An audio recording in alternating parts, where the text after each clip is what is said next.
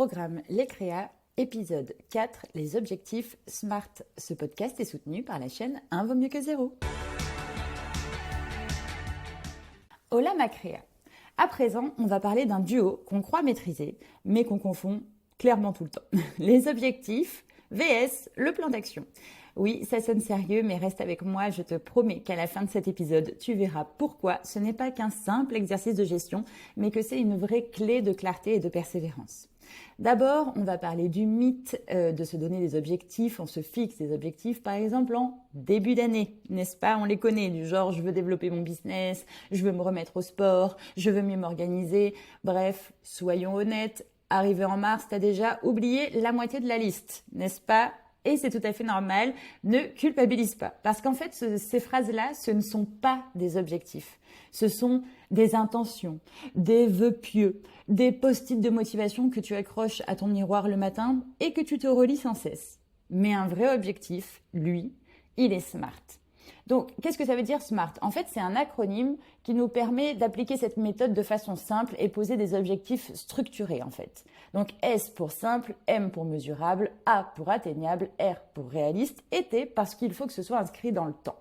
Autrement dit, si tu dis par exemple « je veux plus de clients », eh ben ça devient « je veux signer 3 nouveaux contrats à 1 500 € de chiffre d'affaires chacun d'ici fin mars ».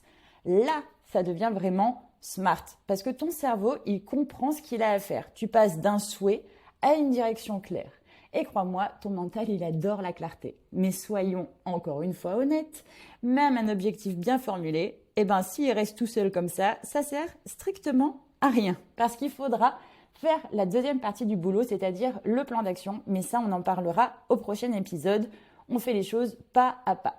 Donc, dans le module 1, partir du bon pied, tu es à présent à un exercice concret où tu dois d'abord rêver ta vie dans 5 ans. Oui, 5 ans et pas 5 jours.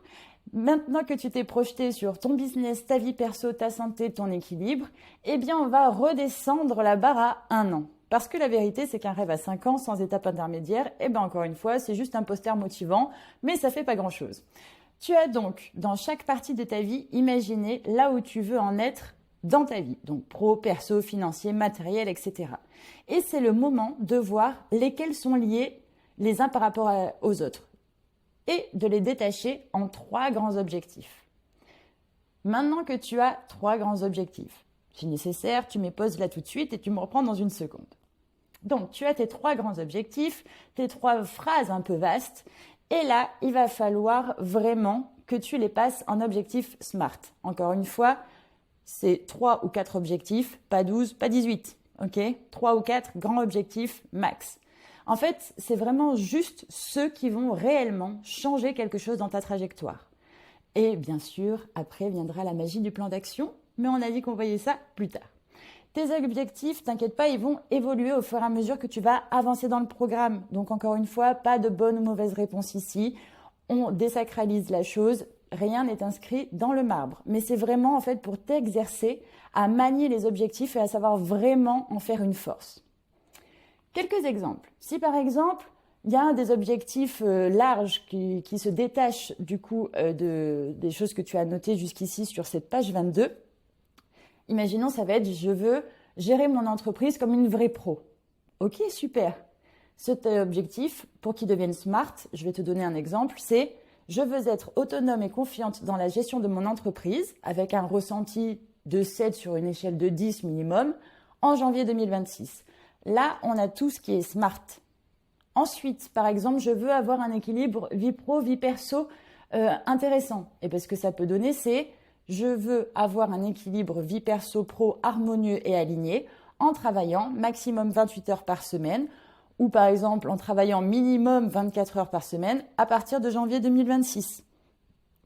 Un autre exemple, je veux être indépendante financièrement.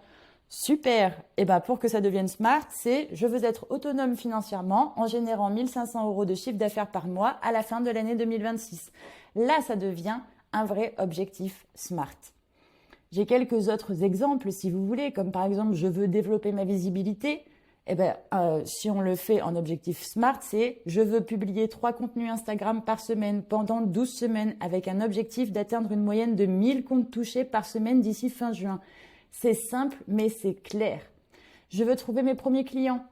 Très bien, objectif SMART, c'est je veux signer 3 clientes pour mon offre d'ici 60 jours grâce à 2 actions de prospection par jour.